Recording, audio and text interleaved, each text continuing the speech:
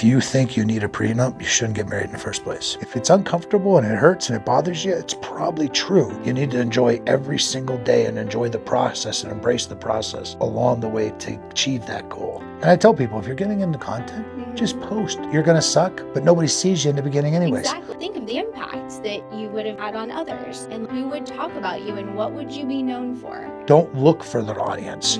Be yourself and your audience will find you. Whatever videos you put out there, if they're in alignment with who you are and what you want to leave behind, you accomplish the goal. Welcome back to Create with Kate. I have an incredible guest in the studio today. I have Greg Finney, who I met, I don't even know how long ago now, but we met at another event, and I've been following him on Instagram, and his content is so good because it's so real, and he really just talks to you like a friend. And I love everything that he does. He's a performance coach and many other things, but he is really changing so many lives because he's opened his heart and he gives back every single day in all aspects. So welcome to the podcast, Greg. Thank you. So glad to be here. What's the name of your podcast? Don't Wait Another Day. Oh, I love that. Yeah. Don't Wait Another Day. Yeah, okay. it's my book that's coming out soon is Don't Wait Another Day, kind of my brand. Yeah. I've just, I failed a lot in life, and I've always, everybody always wonders how I get back to where I'm at. In 2006, I lost $22 million in real estate and was homeless, lost everything. And when the market crashed, and I was able to, build it back relatively quick. And, wow. And then 2000, right after 9/11, I had a big loss too. And, I just never waited. Instead of being a victim or feeling a victim or any of that, I can't do anything about it. I got nobody to complain to. I got nobody to rescue me. So, you just got to get up, put your big boy pants on, and grind. Well, let's talk about that, because before we started, you'd mentioned your father passed away when you were 12. Yeah. So how did he pass away? He actually died of AIDS. Did he really? Yeah. So it was before it was even called AIDS. It was actually called the gay disease. Yeah. And I that's part of what led me down that kind of a violent path a little, because So was he gay? No. Oh. And there's I only asked because you said we don't know the real Yeah. story behind it.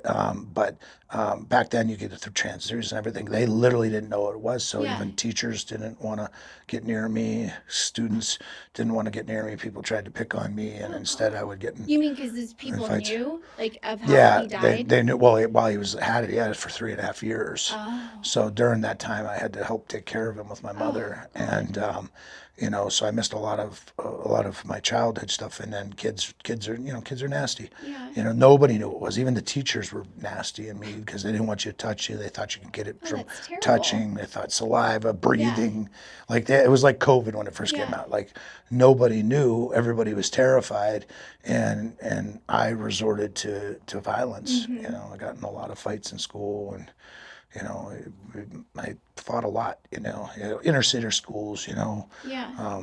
It was always kind of a wound up school to begin with. And then you add that to the mix, and Yeah, but that's already like such a sensitive age, right? Like 12 if you have no adversity facing you, but then to have all of that on top of it. Yeah, luckily I had a really good mother. I mean, she was gone so much because she had to work so much. But when she was present, she was present. Like she taught me, respect, how to treat women, how to treat people, how to respect people above you, how to, she laughs because, my mom never made, a ton of money. She had a secure job and worked, sometimes 2 other jobs to make sure that I had a good life. I was never hungry or never without clothes or, my mom sacrificed her whole life for me. But, at the same time, she taught me a lot of life lessons. I had to learn a lot my hard way, but she did an amazing job as she was only, 19 when she had me. So, she wasn't even really an adult and doing it all on her own. I mean, she's an amazing, amazing person. And where is she still around? She's in Erie. We had one of the worst winters ever this year, and now I think she's decided she's going to move. I had her talked into winters, snowbird, but now I think she's talked into not coming back. So we're going to be looking towards like this fall, moving her down here. Oh, good. Yeah, That's so awesome. I'm super excited to have her. Did you have siblings too? No, just I had someone called my brother, James Dugan. We grew up together, best friends our whole life, Yeah. still are. Everybody thinks we're family, because we are. You know, I don't think family is just Yeah. by blood, and we created a lot of havoc together. Plus Growing up? he was a 5-time kickboxing champion, and Oh, and did some special forces things and other stuff. He's a geez. really, really tough guy. So But so you, I mean, you and your mom then, you were close, very close. If you were, it was just you, right? Like, and she's still in Pennsylvania Yep. now. Yeah. So yeah, that's probably hard on her if you're not. Yeah, it's on both of us. I mean, we try to talk every day and FaceTime, and Yeah. thank God for FaceTime. I know, right? My kids are still back home, and my granddaughter's my world. Yeah. And she FaceTimes me every single day, so That's good. And we play and. So how many kids do you have? I have twins, a boy and a girl. Okay. Yep. And you've been married for how many years? 1. Oh, you just got married. Yeah, I got married here in Vegas, January 12th of last year. Oh, wow. Okay, well, how'd you guys meet? Barnes and Nobles. Oh, my favorite store. Yeah, mine too. Barnes and Noble. So I'm cheap, but I love to read. Yeah. Love to read. And if I start a book, I have to finish it. Okay. And I hate when I'm just in a painful book. Yeah. So I'll go to Barnes and Nobles and look and see what if I like or read a few chapters, then I'll order the book on Amazon. I have my coffee. And she was going to school at Edinburgh. That's actually where I went to college. And I seen her one day, and we just striked up a conversation. Ended up there until they kicked us out of Barnes and Nobles. Oh, And how funny. and that was 4 years ago. Talk about meant to be. Jeez. Yeah. She's much younger than me. How much younger? Tell us. 26 years. Wait, how old is she? How old are you? 25. I'm 51. Shut up. Yep. Wait, let me see. Do you have a picture? Oh yeah, she's absolutely Have gorgeous. I not seen? She's not into post her social. as I much? keep my social media private, my personal life private. Oh, Yeah, so a lot of great. people Good, don't we even can know. Get into that then. No, we're even married, but Well, I didn't know. Yeah, but then I mean, when in person, you can't deny that ring, right? Like that's so cool. What's her name? Ava. Ava. Oh, she's stunning. Oh my God, yeah. Wow. Yeah, I'm a good salesman. She's literally like a model. Yeah. And where is she from? She's from Michigan. Oh, I have family there. Oh yeah. Okay. Yeah, So she's from Michigan. All right. Well, okay. So then my next question naturally is going to be, does she want to have kids? No. Okay. No, but she's a grandma. Okay. The youngest grandma. Right. ever. She youngest I've- grandma I've- I've ever heard of. But she's okay with that. So that's Yeah, good. That's yeah, good. yeah, Because that would she's- be important. Obviously. She's very career driven. Okay. She has multiple reasons. She pretty much raised her siblings. Yeah. It's like Yeah, and if it's not for her, that's okay. she likes the life we have and what we Yeah. want to do. And I don't think it's something that they say once you start baby boom or women start getting those urges, and eventually she will. I know she's much younger, but I mean, I'm pretty sure that that's I something she feel like doesn't. when at that age, I think you'd know. I feel like, but maybe not. I don't know. I always knew, like I wanted to have kids. Yeah, and she's never really had that thought. Yeah, so if she doesn't have it, then she and probably doesn't. she's great with the grandkids, loves them Yeah. to death, and Oh, good. she's good with her nieces, and she has some younger siblings still. So were you married? I'm guessing previously. No, never been No, married. just you had the twins though. Yeah, it was a high school fling. Okay. And, So were you pretty young then when the Yeah, twins were born? I was 18. Oh wow. Okay. On our graduation day, her water broke, and No way. so we had them. Yeah, and then twins at that. It was supposed to be 2 girls, but we had a boy and a girl. So then, how old are the twins then now? They're 33. Okay. So wow, okay. This is a cool story. So Interesting dynamic. Yeah. So you never got married No. until this is your first marriage. Yeah, I was dead set against marriage. That's amazing. Like dead set against marriage. I had a relationship about 5 years prior to her that it was very serious. Got engaged the whole 9 yards, and I was like that bitter housewife, but a man, Yeah. you know, just really had a bad taste in my mouth from being all in on something and Yeah. And then it it all going. And I'm came like, out. I'm just never. And then I saw a lot of people that get married, and then I saw friends. They were together 7 years. They got married on their honeymoon. They were filing for divorce. Like I've seen so Yeah. many marriages fail, and I'm like, why do I need a piece of paper? Mm-hmm. You know, I've worked so hard for what Yeah. I have to have somebody take half of Right. it if they fall out of love with me. Well, that's why I And think you should. Well, I guess that just made me think of another question. Do you? Because I think about this a lot now. Um, Signing what's it called, a prenup. yeah, see, and that's where I refuse to. I feel that's putting. I know everybody's going to disagree with me, Yeah. and everybody's going to think I'm a moron. But when you marry somebody, if you think you need a prenup, you shouldn't get married in the first place. That Okay. means something in Yeah. the back of your head. Now, granted, you can't control if they cheat. You can't Sure. control if they wander, if they fall out of love with you. Life Yeah. happens. Right. But, you know, I've been almost married twice. Both times I had red flags and I turned them into like Bob Ross's little pink butterflies and ignored them, you know. I'm more of that. Yeah. And you know, I had no red flags. Yeah. I literally had no red flags. Right. And, you know, people said she was marrying me for money. Mm-hmm. Well, you know, about a year into our relationship, she actually left me. And I thought everything was great. I thought being a good man, faithful, providing, that was it. She left a note and left every single thing I ever bought her. Everything. Moved into a one bedroom with an air mattress. Yeah. So apparently she didn't care about money Yeah. at all. Because of the age thing, people think that, you know. Oh, right. And even That's when I what met her, I they're thought, what are we gonna- going to talk about? Justin Bieber? I mean, Yeah. we're such a different, but Different she's, places, yeah. she's, you know, she's getting her doctorate. She's so well spoken. She's so educated and cultured that we never run out of things to talk about. Yeah.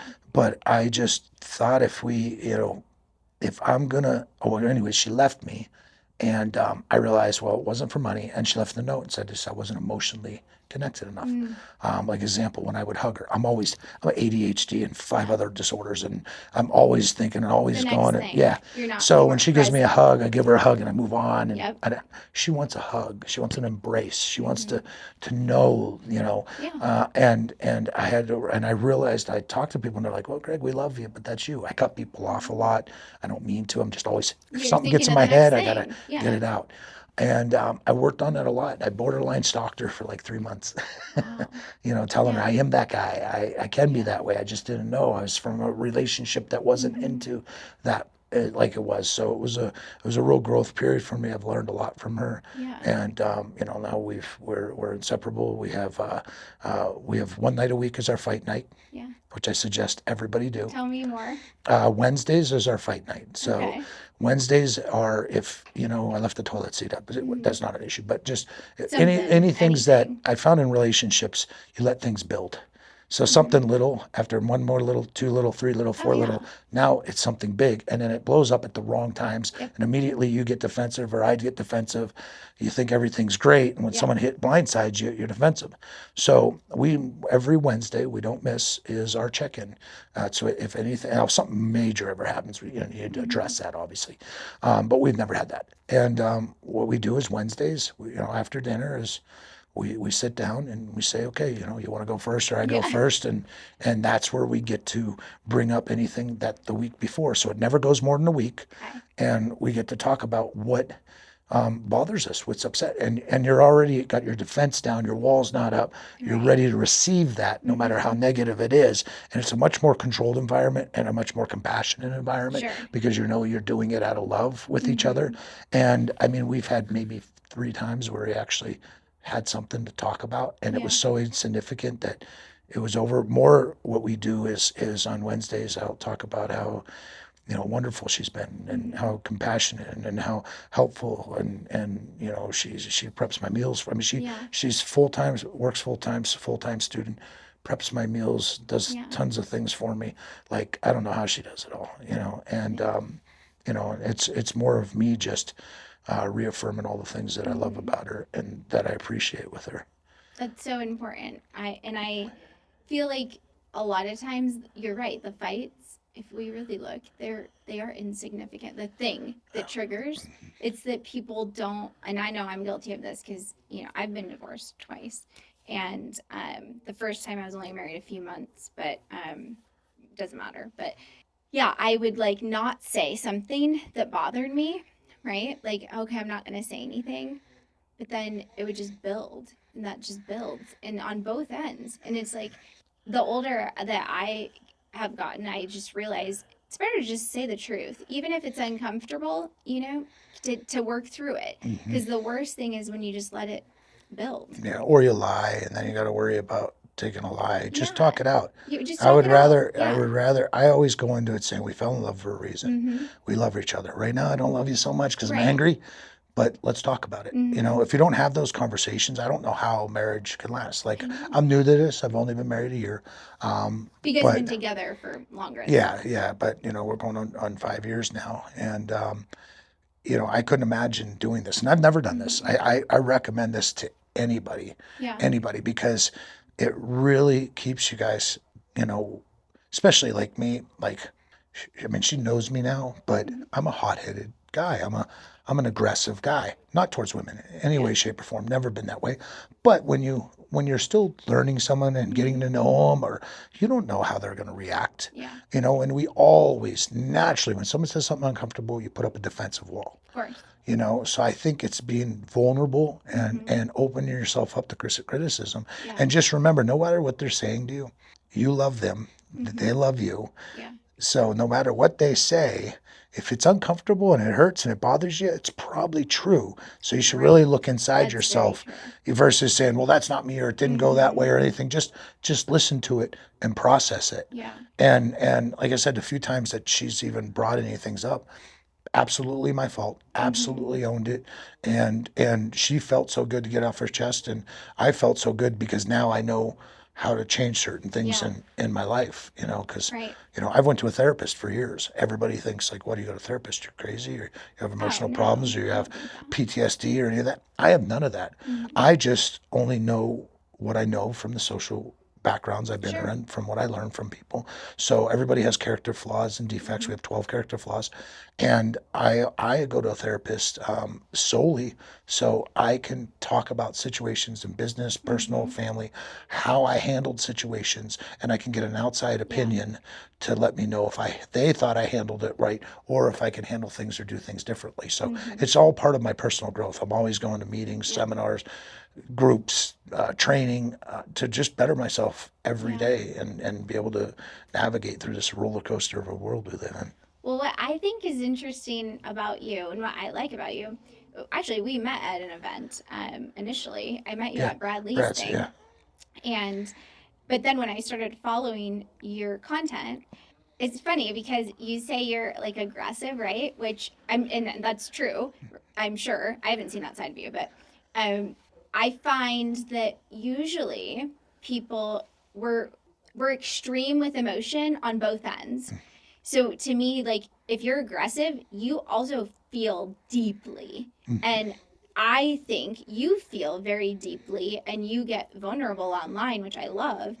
I mean, so much so to where you've cried, and you're a big, guy, like tough guy, right?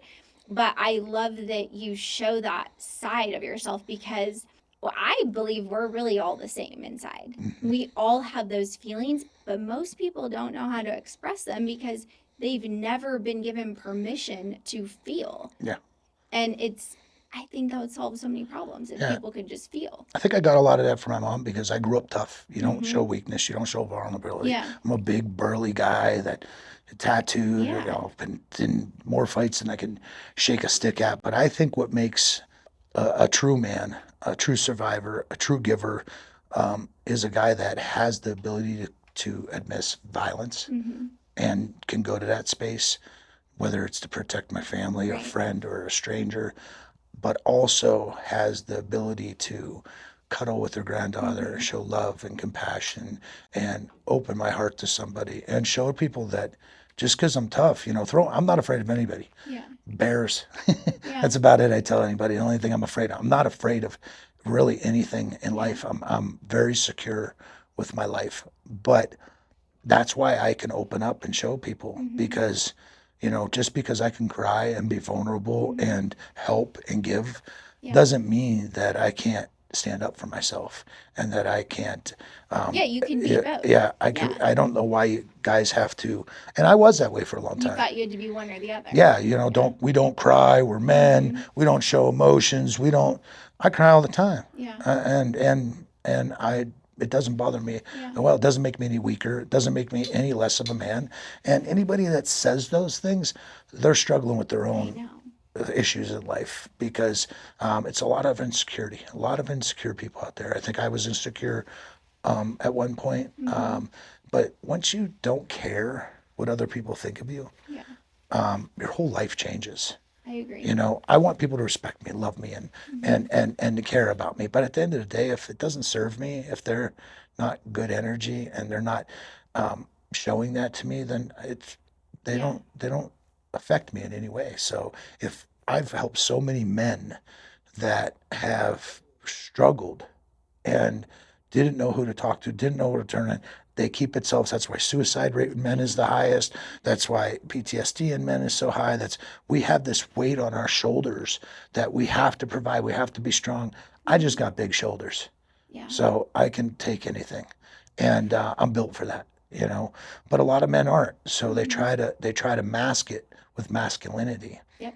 Now I hate this demasculine that what's going on. I hate this, what they're doing. But at the same time, you can be, a boot wearing, blue collar, construction worker, working with, guys where it's get it done every day, no emotions, no. But at the same time, you can go home and show your wife how much you love her and care, and your children and your mother, and show people that you have a heart and you're compassionate. Or even I love what you're doing. It's funny because I help a lot of these men too, and I don't have big shoulders, So, and I never thought this was never my plan. This is just kind of like where life took me. But going back to you and how you are giving back and opening your heart, because it's not even just to your loved ones, you open your heart to strangers.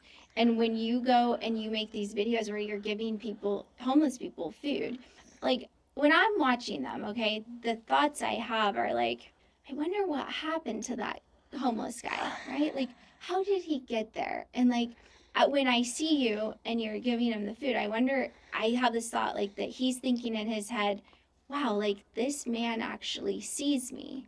I'm not just invisible.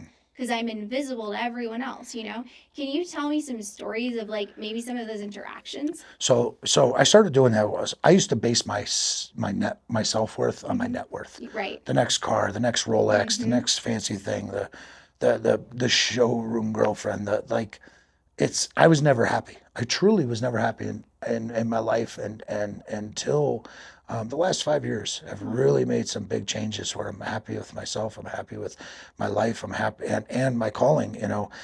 This guy Travis Doodles, who I just had on my podcast, amazing guy. He's got millions and millions of followers, 1 billion views. Oh, wow. I went down a rabbit hole watching his videos one night, and it just inspired me like you wouldn't believe. I was up all night, and that's what I started giving. And I minister to them. I don't just give out. I sit down, I have conversations, I talk to them, because you look at homeless people, and people just even me, I used to, it's like an inconvenience. It's they're just there. They don't exist. You don't put any thought to them. And my big shift is when I stopped gaining my worth out of material things, and I started giving. And it wasn't just what I do now, just lending a hand, helping somebody, opening a door. I was at a gym, and this lady, she was really out of shape, and I could tell some people were being rude to her, making fun of her. I see her at the gym every day. Just go up to her and said, man, I really see you putting the work in, and I understand how uncomfortable it might be for you. And I just want you to know I see that in you. Right. The next day I saw her, she was real shocked. Next day I saw her hair was done, her makeup was done. She was at the gym. She was working even harder. And that's it doesn't cost a dime to give and to be nice. And what I found was that empty hole I had in me of what is my purpose? What is my life about? What am I here for? Right. It feels it every time. It's almost selfish, the feeling I get. I had this guy just missing his legs, missing an arm. He's got something nervous going on. And, he has nothing but a wheelchair and a little bag of stuff. And I gave him my go bag. I seen him a week later. He's like, "Oh my God, you're my Black Knight." You're because my big black truck that I deliver in. He goes, "I ate all that peanut butter you gave me."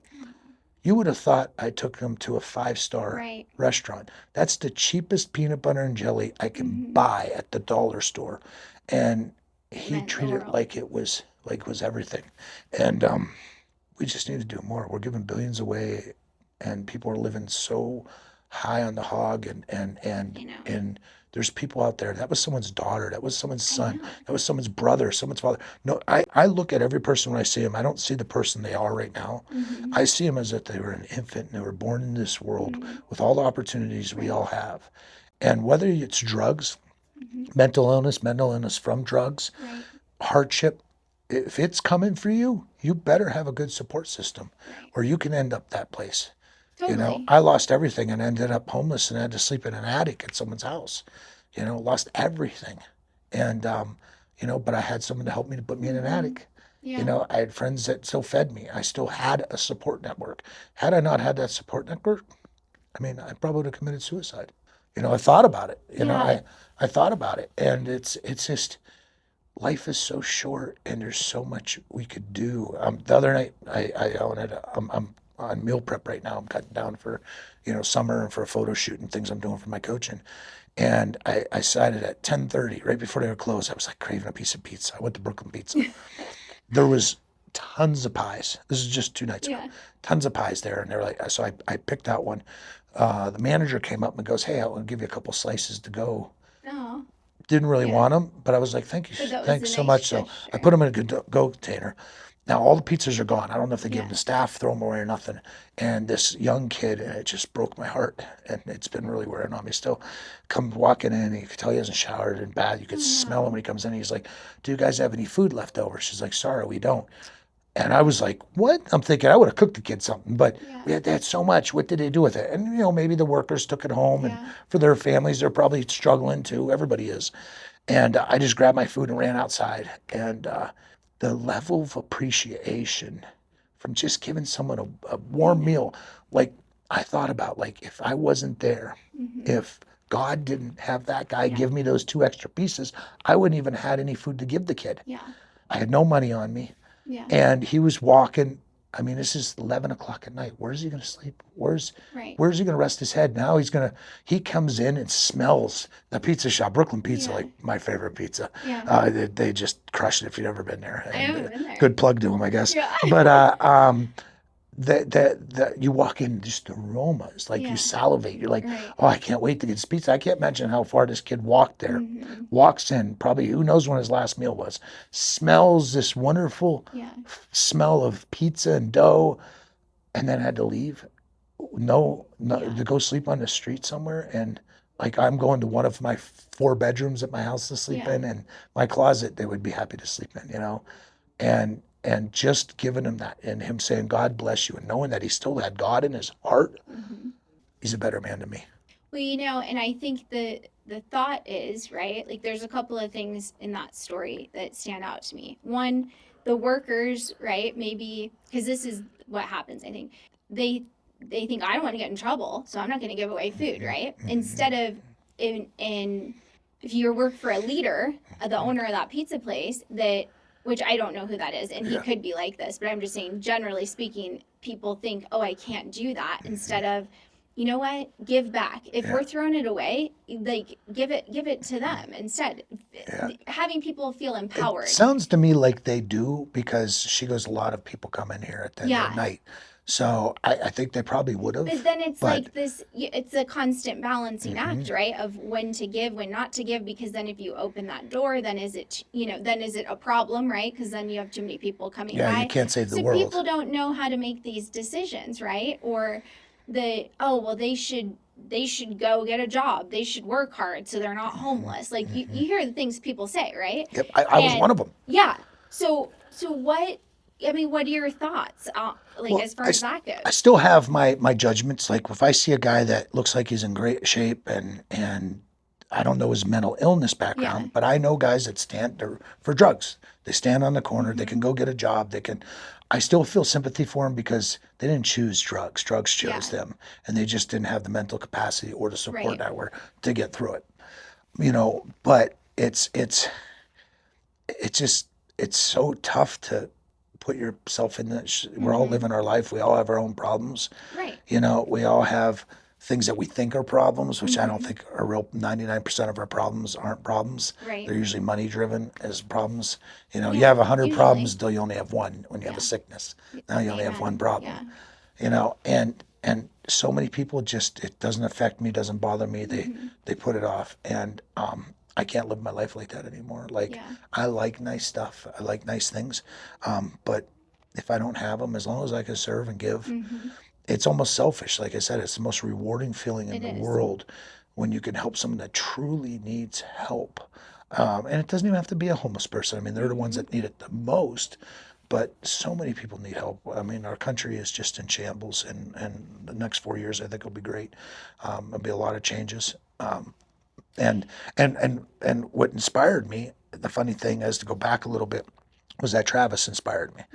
So I started giving, not filming it at all. I was so against it. Yeah. I still am very uncomfortable. That's why my feels feel, because I don't want to be, oh, you're doing it for viewers, you're doing it for the, no, but I'm doing this because I want to help people. Yeah. Well, so I'm working for Brad Lee, and I had a guy call in. For some reason, the phone goes to my office, which I don't get. I get booked calls. I don't get phone calls. I answer, and this guy's like, "Hey, I'm looking in that software system as we build course creation software," and it's the best course creation out there. I mean, he has it down to sides. All the big names, and I'm like, "Well, I can help you. I don't know how you got my number, but I'll help you." And we're talking, and all of a sudden he says his name, and I might get goosebumps. And I'm like, wait. No, it's him. You're not Travis with the food truck. And he has a food truck. He has a haircut truck. He has a pizza truck. He puts people in housing. He has a whole community. I'm like, no, this isn't. And it was him. And I just. That's a God moment. We were on the phone for like 3 hours. The whole day. And his YouTube is like millions of followers. If you go to YouTube, look up Travis Doodles, it'll come right up. Let me see. And you say Doodles? Yeah. That's not his last name, but that's the easiest for people to remember because it's a big Italian name. Oh, Setanieri. Yeah. Okay. I don't know him. I'm gonna follow him now. He's a remarkable. He's on Instagram too. He's got about 700,000 on his Instagram. I just found him on Instagram. And he's got like several billion views collectively. Like he has a collaboration with a mobile home park where he actually builds mobile homes and houses and places people, and I mean his success rate is unreal. But he told me, he goes, "Are you videoing these?" I'm like, "No." I said, "I just give every week. I pay for it out of my own pocket. I don't fundraise. I don't do anything. It's just what I do." He goes, "That's stupid." I was like, "What do you mean?" He goes, "Didn't I inspire you to start giving?" He goes, "Doesn't matter." They said all the trolls and haters, what are they doing? Right. They're not helping. No. And he goes, "You don't look like the kind of guy that cares what people think." I was like, "Well, you're right about that." That's very true. And I care what my mom thinks. Yeah. And my kids think. And so I started posting, and then my first week, this kid Joseph Ortega is a good friend of mine. He called me and it's like, "I want to help." And then Zach and Vanilla Rice, they give us 100 meals one day. Alex Lovely, I think you might know Alex, amazing guy, has a big real estate portfolio here. He came and gave one weekend with me. So more and poor people are filling my DMs that want to just come help, want to be a part of it. I want to too. And let's do. I do it every Sunday. Those are my favorite stories. What I'd really love to see, and maybe I could help you do this if I go with you. I could record you having the conversations of their story. Like, tell us your story. Like, what do you want? What do you where do you really want your life to be? What if we captured that? And you never know, right? I met this guy, Roger, and he was something to do with forensics, and he's in law enforcement and seen a lot of bad stuff, and his wife and kids were murdered. Oh, God. It's here in Vegas. Oh. And you know, he had a great job, he had money, he had everything, and he just drowned himself in alcohol, which turned into drugs, which turned into losing everything. And now he's on the street. I've seen him 3 times now. I have no way to contact him. So I kind of know where I have my There's spots I go spots, now. yeah. Because my ultimate dream is I want to have a food truck. Mm-hmm. I want to raise money for a food truck or buy it myself, and I want to Yeah. put showers in it. I want to do portable showers. I Wow. want to do a hot meal, a fresh set of love that. clothes, and then a go bag to go. Yeah. Because what I've found is they don't really want hot meals. Okay. Because when you're homeless, your stomach shrinks because you don't know when you're going to eat next. Yeah. So you think you're doing good by giving them a hot, and don't Yeah. get me wrong, It's still good. It's still Yeah. give them a hot meal than nothing. But I give them perishable goods. They can trade, they can barter, do Yeah. other things. Because what I found, and from a lot of them, I was like, I asked them, what would help you? What if I was to give you something? What was the Yeah. best thing I could give you other than obviously housing and money? Sure. What could you use? And that's where I developed my go bags that I do. And because when you give them a meal, more than likely they're not that hungry. They eat a little bit of it. Mhm. Now they got to go through the heat and sun all day long Mhm. with this meal, hoping to eat it later. Yep. Versus if I give them Pop-Tarts, and Yeah. it's not real healthy food, but it's perishable. It lasts. It has a long Mhm. shelf life. They can trade it to other Yeah. people. They're very resourceful when you're Yeah. homeless. I'm You know, sure. so I give them, chapstick, first aid Yeah. kits. I give them cough drops. I give them lip gloss or chapstick. I give them, Yeah. Pop-Tarts, protein bars, peanut butter jelly. Instead of bread, I give wraps, Yeah. 6-pack of water. Women, I give them feminine products. I Yeah. keep aside bags for Oh, women yeah. to give them feminine products. I have a friend of mine who I'm part of a TRT clinic with, Dr. Lightning VIP. Oh yeah. Yeah, we did Oh. a training together. Oh, okay, Yeah. awesome. Yeah. So I partnered up with her, Yeah.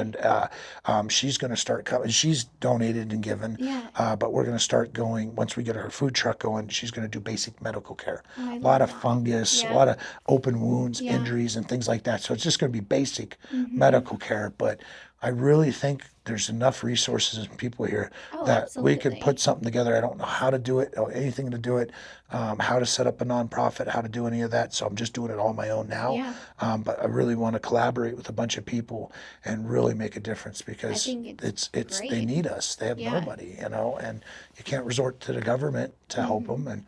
And we all have abundance. We I don't do. care how much we're struggling. Everybody's struggling, but a lot of people, one less caramel macchiato at Starbucks a day, Right. you can Yeah. change somebody's life. No, it's so true. And even like, I mean, I love this mission and I want to, I'm definitely going to get behind this and spread the word. But even the people, it's, the people that look like they have it together, right? And we all walk through life. And what I find is a lot of people, they don't even like look people in the eye. They just, everyone's like you had mentioned, right, with your wife, where she was like, slow down, basically, because everyone's just go, go, go. They don't even stop and really look at people. And it's like, wow, imagine if we just like you acknowledged the woman at the gym. And that meant the world to her. Like giving someone a compliment, looking at them in the eye and just seeing them, that goes a long way. I just can't believe it. I'm a very intentional person. One of the most overused phrases is, "How are you today?" Right. Nobody wants to care. Nobody gives Yeah. a shit. And they sure as heck don't want to sit there and listen to you. Mm-hmm. When I shake someone's hand, I'm very intentional. I look them in the eyes. And when I ask somebody how they're doing, You mean it. I mean it. I'm Yeah. prepared for them to open up. Mhm. And I've had people actually open up to me. And I was like, oh, Because wow. you created I was that space. I was like, wow, you're really having a yes. bad day. I was in in the sauna.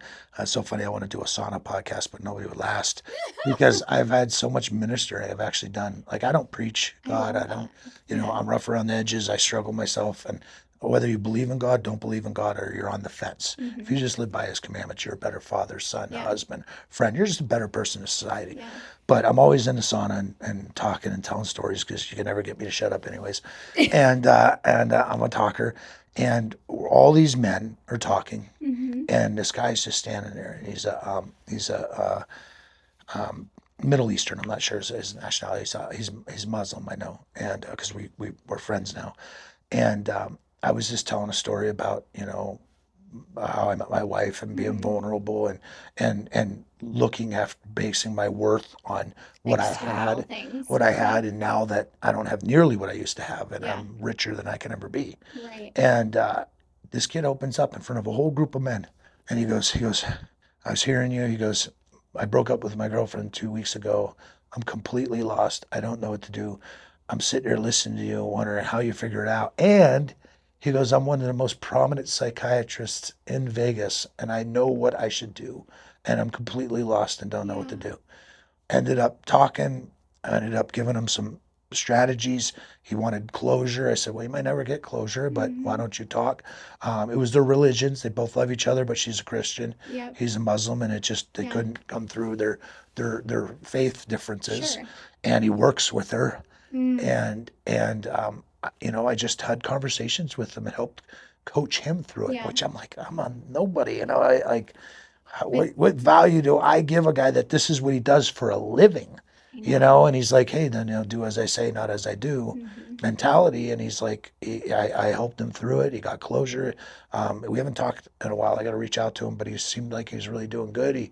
He put it to rest, and he's moving on with his life. And I told him all the things he already knows. Right. I think so. This is my belief, is that when you have the relationship with God and you basically say, use me however you like, he really does. Like, it doesn't matter. Everyone thinks they have to have like all these certifications and qualifications, and like I have found that is so not true, because it's especially when you have such a strong faith, it's like God just puts you right where you're needed. Exactly. And you got to open your eyes and look for it. I used to be against God. I thought God would create it out of fear. I was a very cynical person. I studied the Bible. I mean, I dove into, King James American Version. I dug into several, and I came up with that God was created out of fear to control us, and God doesn't exist. And I was going through a tough time, and my buddy said, "Just come to church. Come with me." And I'm like, "No." But he's one of the best guys I know. Like, I aspire to be more like him. He's just like the perfect guy. And I was sitting at church one day with him, and I'm like, is that my feet stinking? Like, I'm not even paying attention. This Pastor Derek's his name, Grace and McCain. He goes, I'm going to get a lot of emails from the elders and other people, but I'm going to go out on a limb here. You ever thought God was created out of fear? I looked up, I said, what? Now, I'm all the way in the back. I swear he looked at me, and he goes, let me repeat myself. Is God ever created out of fear? And I was just hooked. And I was a real big strapping guy at the time. And after we were done, I went down. He's talking to a bunch of people. I'm like, hey, I got to talk to you. He's like, well, nice to meet you, but I got a lot of people here. I'm like, no, we need to talk right now. Yeah. So he's like, he thought I was like gonna hurt somebody or hurt him or something. So he was getting me away. I was just so blown away, but I wasn't going away. Like, I needed to talk to him. Like, I was at a crossing roads in my life, like out of this world. So we talked. 9 months later, I got rebaptized as God as my Lord and Savior, and I was on the creative arts team, and I've always had my ups and downs. It's tough, it's hard to pray to an invisible God. It's hard to have faith. That's the thing about faith. When you see things bad to you or others, that's where you have to just stop trying to figure out everything. Stop focusing on the negatives and the things that are misconstrued or interpretations through the years, and just focus on the undeniable truths. And if you look for God, he will show himself. I think that's really true. I think if I remember correctly, because I used to work with Ryan Pineda, and I remember him sharing a story with me about Brad Lee and how he didn't go to church, or he wasn't a believer. And recently, I believe he is. And isn't that interesting how you went there like a year ago, right? Or started working with him or whatever. So do you think that you played a part in that? No, he was pretty strong belief. Oh, he was by then. Okay. Yeah, he's. So it might have been a couple of years now, but because it's new, right? I don't know, honestly. I think it's relatively new, and so I think in my mind, I'm going, oh my gosh, God planted you there too. Even, Yeah. because even if it's a new belief, Mm-hmm. like it's just reinforcing it if you're also a believer. Yeah, one thing with Brad is he wants to help everybody. Yeah. He wants to be real with people, and he just had Travis on his Oh, he podcast, did. and he's constantly helping, giving, Yeah. sharing, living a lifestyle of abundance and happiness. And it doesn't mean abundance has to be money. It's Sure. what is your What's your definition of contribution wealth? too? Yeah, Like, what is your definition of wealth? What makes you wealthy? Not everybody is not money. right. It's they're wealthy in spirit, wealthy in Yeah. their scripture, wealthy in their other things. So that's some of the things I've learned from him. But yeah, I wasn't aware that he wasn't You really got to ask him. close to God. Ask him because again, I swear though, Ryan had said, because we were all sitting around talking about faith or something, and I think maybe it was something funny that Brad had said, right? Typical. And but then we saw, oh, he did, he is a believer now. And I don't know the exact story of how he came to that conclusion for himself. I'd be curious to know. He might be talking about it on some podcasts, and I just haven't heard it. But I think it's interesting how, again, the people that you need all of a sudden surround you. It is, and when if you're too focused on trying to figure out your purpose, it doesn't come, I think. It's true. You have to have a little flexibility. I Yeah. completely agree. Because, okay, explain this then, how you would performance coach this. Because I know my thoughts, but because this is where people struggle, right? They think, okay, I got to have a plan, which you do have to have a plan and goals to work towards.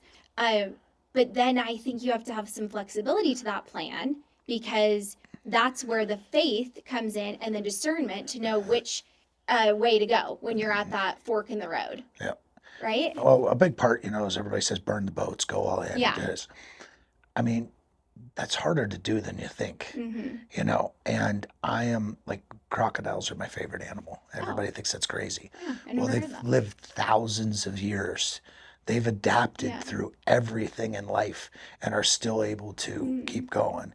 And I think with finding yourself, finding your life, finding your path, finding your happiness, you can have a plan. But if you think that plan is going to go straight Right. and going to work exactly the way it You're is, wrong. you're setting yourself up for failure. Totally.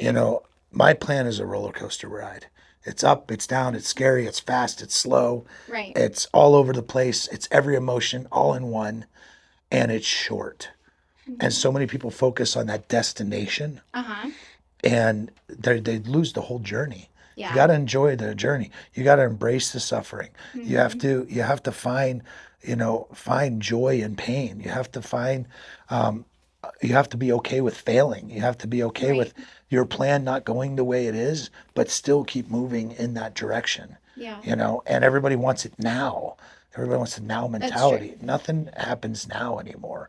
And, I tell people, just, you can have an end goal, but once you reach that end goal, it's not as rewarding and as glamorous as you think, because now you set another goal. Exactly. You need to enjoy every single day and enjoy the process and embrace the process along the way to achieve that goal. Right. Because you'll never find happiness if you don't. At least with me and with people I've coached and with people that I've seen, that Yeah. they've based their happiness on a destination. Yeah, that's really the problem. And I think that's been obviously your lesson that you had to learn the hard way, right? When you were attaching your happiness and your worthiness to the external things. Let's talk about this, how it relates to like social media, right? Because you've grown your account, just Instagram, okay, I'm talking, has grown pretty significantly in the last 6 months or so. And I mean, I think that's because you show up, one, you're authentic, and in real life, you're building a lot of connections on a day-to-day basis. But what, I guess, what has been your experience with that? And I'm sure, because we all have the same feelings, like sometimes you don't feel like showing up, right? Or you weren't wanting to share about giving back to the homeless because of the judgment and all of that. But like, how have you been able to just remain consistent and really pour your heart into it? Because Well, I find a lot of men struggle with that. big part of it is just showing up when I don't want to show up. Right. You know, I learned, I was doing this already, but I learned a lot from Brad. Brad is the content. Oh, he's, You know, and be he's the, got content out yeah, there. Yeah. be the content. Mm-hmm. You know, when I was first starting to play around with social media and stuff, and I was solely looking at it as a platform to build a business, to build a brand, Okay. not to share all my life lessons and my experiences Yeah.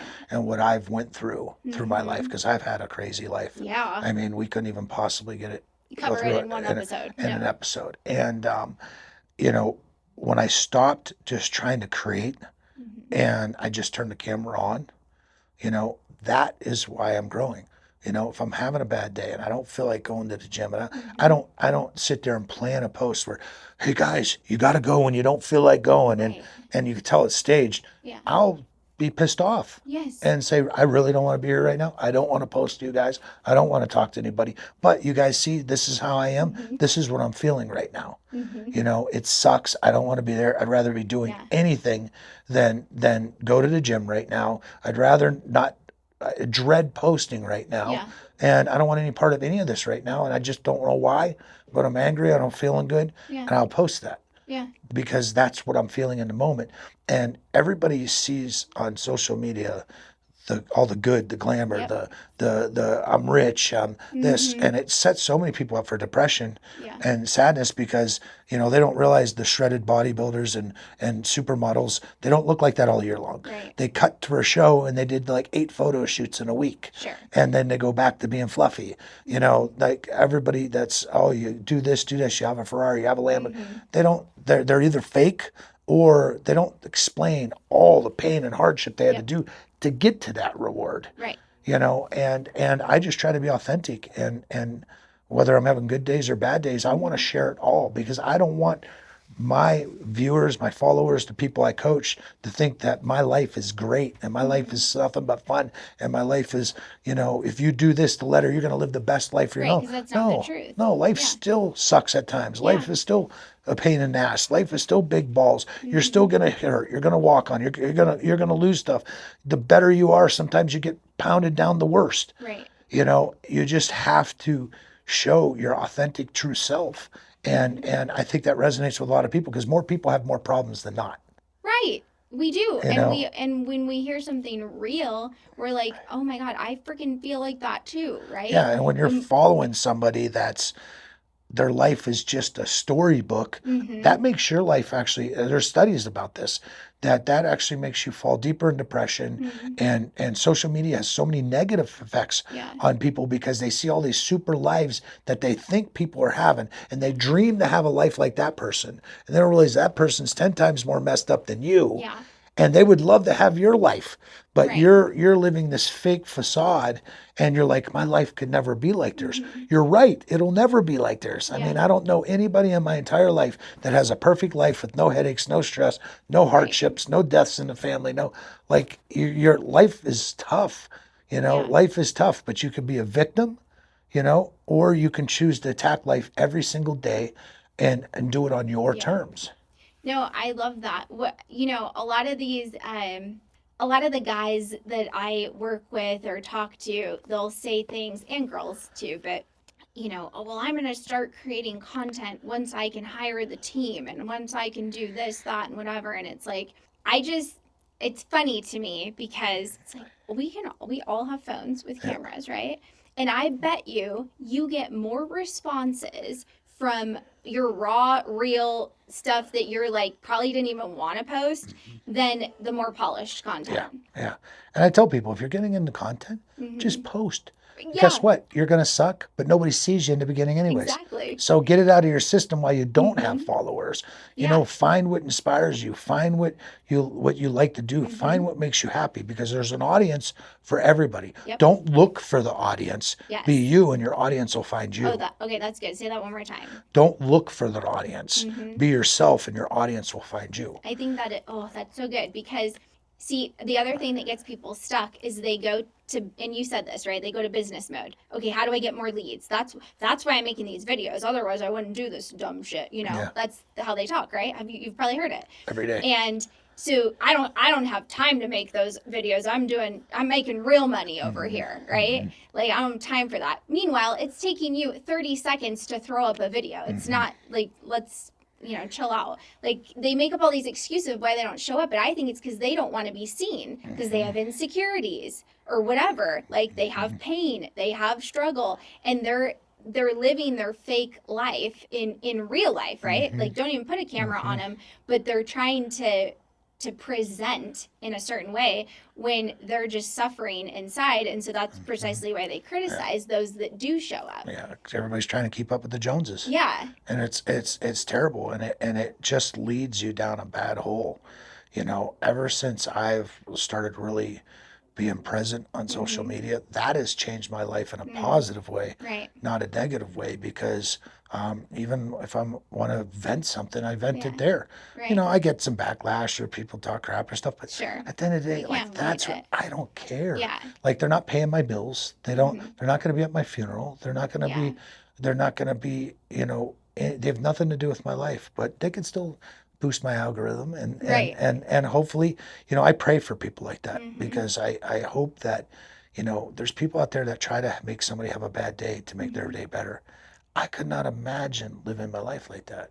Well, I just think those people are just they're hurting, right? And so I tell people, like, even your haters, they might be hating on you, right? But who knows, maybe in 6 months they reach out and maybe he's like, you know what, Greg, actually could I go do that with you with the homeless? You know what I mean? Actually You just had a never guy know. actually had a guy who said, "Well, I thought you were a great guy until you started posting it, Greg." Mm. So I privately messaged him and I said, "Listen," I said, "I don't like posting giving the homeless. I don't like it at all. That's probably what I hate the most out of anything I post or do, but it's necessary." Yeah. And I learned that from Travis, and I explained it to him. I said, "Listen, I'm not doing this for followers. There are a lot of people that do. There are a lot of Sure. people. I know a guy that paid bought a ton of coffees for people and then actually paid to boost it Yeah. so he could Oh, yeah. show and get, like, I'm a great guy. Yep. I don't do it for that. I do it because I want people to see them suffering." Yeah. He goes, Art, he goes, "I'm sure they don't want to be filled on camera." Well, when I ask them, and two, they're so appreciative. I was like, "Who are you to make that assumption or that?" I'm like, "What are you doing to help?" I said, "I do this because it inspires other people to help." Exactly. Just And think he of all didn't- the people that reached out to you. He didn't look at it like that. He messaged me back, "Sorry, I'm just really having a bad day, and and I wanted to, I wish I could do that, and it just seeing you do it like you're some, angel or something really upset me and bothered me." And he goes, "Instead of me looking at you are really doing something good and helping."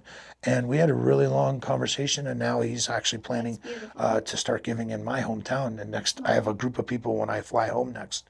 We're going to do a little drive and give. That's amazing. See, I think that's so powerful. And one thing I always tell people when they are struggling with the whole you're the content, right? Like just talk about stuff that you enjoy, because that's the way you can sustain it. You can't keep talking about only one thing over and over again. You'll be over it. But I'm like, when they can't grasp the concept, right? Because they're just in their logical mind, I say to them, because you mentioned who's going to be at my funeral, and the activity that I give them is, I want you to think about if you died today, right now.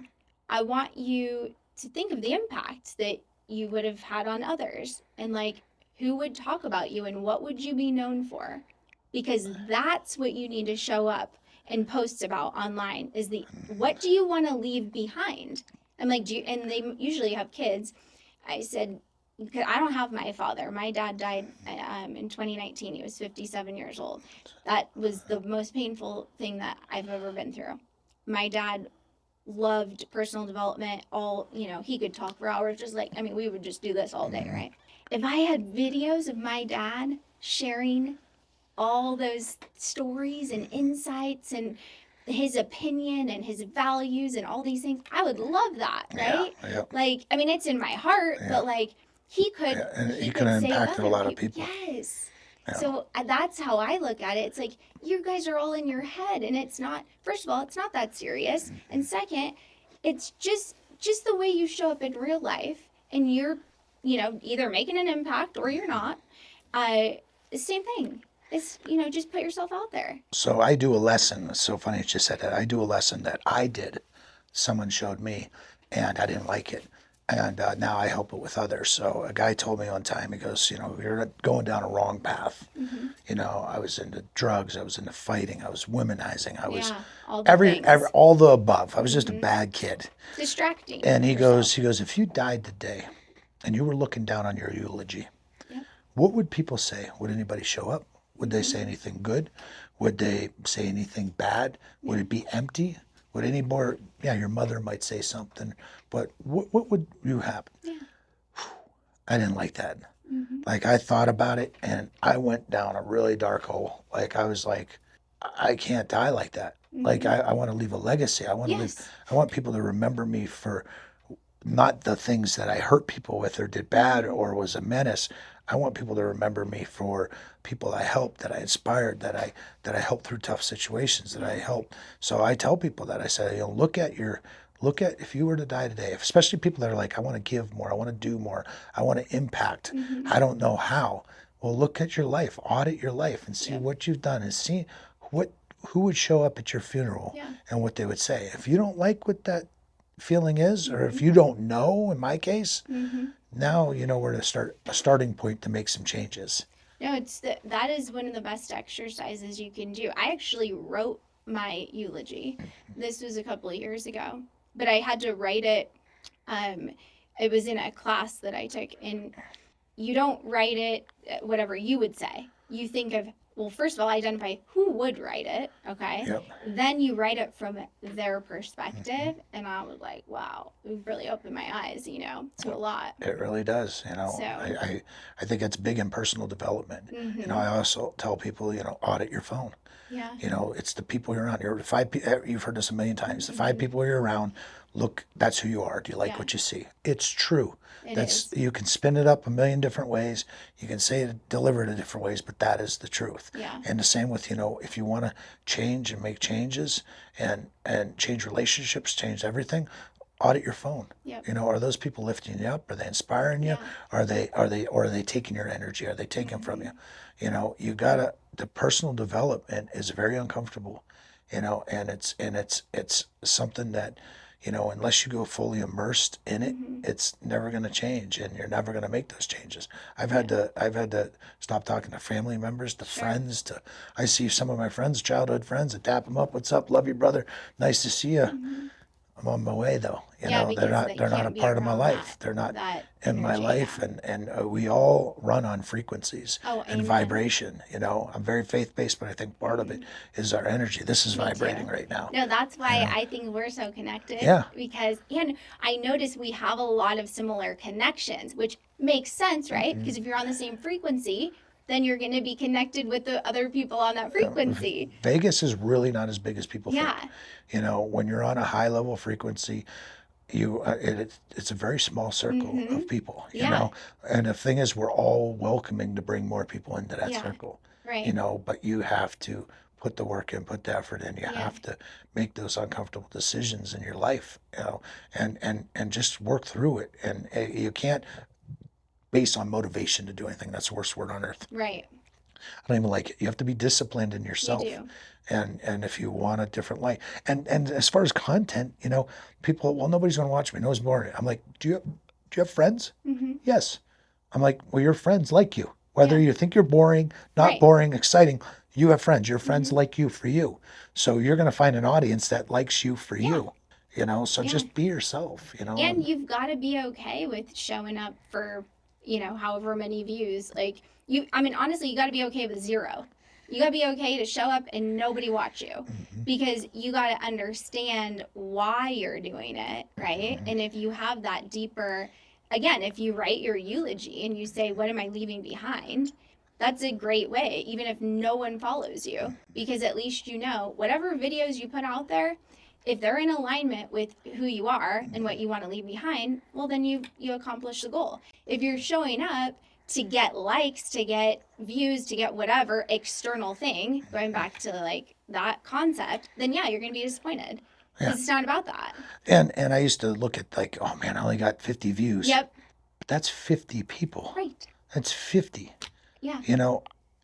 I might not be able to change the world, Mm-hmm. but I can definitely change one person's life, and that means the Absolutely. world to them. Absolutely. Yeah. And it's I'm on a whole new journey in my life, and I love it. I love Yeah. every part of it. It's ups and downs, and I have good days, bad days. I have just like everybody else. Yeah. The difference is I no longer keep that in and bottle up. Yep. I express myself. Now I don't complain or whine or try to make people uncomfortable Yeah. or look for a victim mentality or look for sympathy for anything. I'm just sharing with people that I'm real and that I'm human, Yeah. that I struggle just like you. Because I would give nobody any purpose if I'm like, hey, follow me, you'll be successful. Do what I do, emulate what I do. You'll have all the actions in the world, you'll have everything you want, the business and happiness, blah, blah, blah. That's not going to happen. Yeah. You know how many days I don't feel like making phone calls, but I got to make phone calls? How many conversations I don't want to have with certain people, but I have to have those conversations in order to get to where I want to be and do what I want to be. Yeah. It's a grind. It's hard. Life is harder than it's ever been with social media, with everything out there, all the distractions that's in the world, and it's tough. I grew up in a much simpler time, and it's an adjustment every day. But it's also like there is a good side to it too, which I know that you know. But I mean, I just take us for example. I feel like I know you, like we are friends, and we have only like seen each other one other time in person. If I can recall, but I don't feel like that, right? Like so that's like the cool thing about where we are today. But tell us about your book before we wrap up. It's hopefully going to be released in 2 months. It's Don't Wait Another Day. Okay. It's about my life and about all the things, the good, the bad, the ugly, of what made me who I am today. I don't leave anything out. I'm going to be judged a lot on it, and I'm okay with that. But I want to show people that it doesn't matter where you come from. It doesn't matter what you've been through in life, that, you could be forgiven for anything you've done, and you can make amends by being a better person, by doing things. And it just, I've failed several times. I've made and lost millions and millions of dollars, and it's just about my journey and how I never gave up on myself when everybody else but my mother gave up on me. I've never given up on myself, and I still don't. I show up for myself every day. Yeah. No, I love that. I can't wait to read it.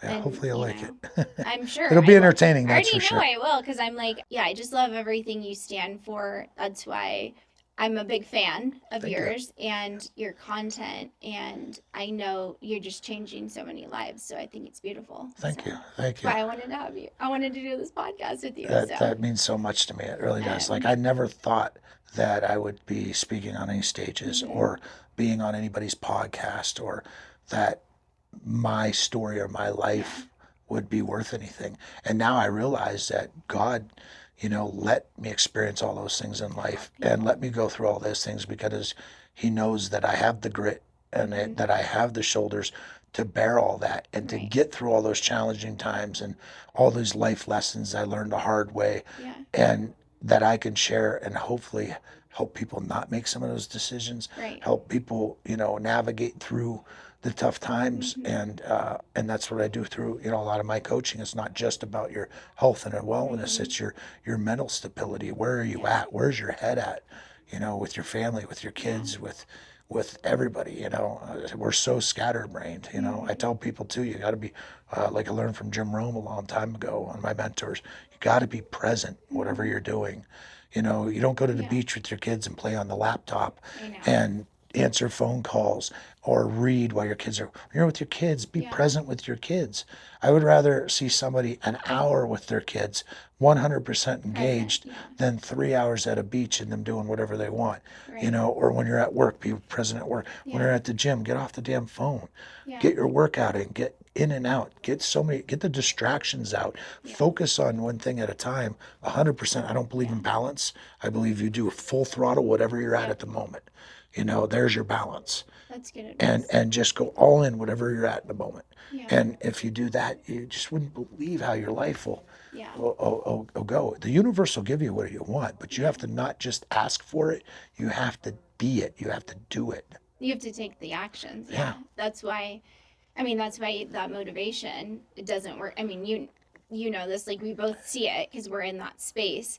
How many people go to the seminar, they never change. I'm like, you got to move. Yeah. Like, you got to take imperfect action. Mm-hmm. Like, you have all the knowledge. And this is the other thing, too. Do you ever just meet, like, so many brilliant people, and they're really smart, right? But they don't move.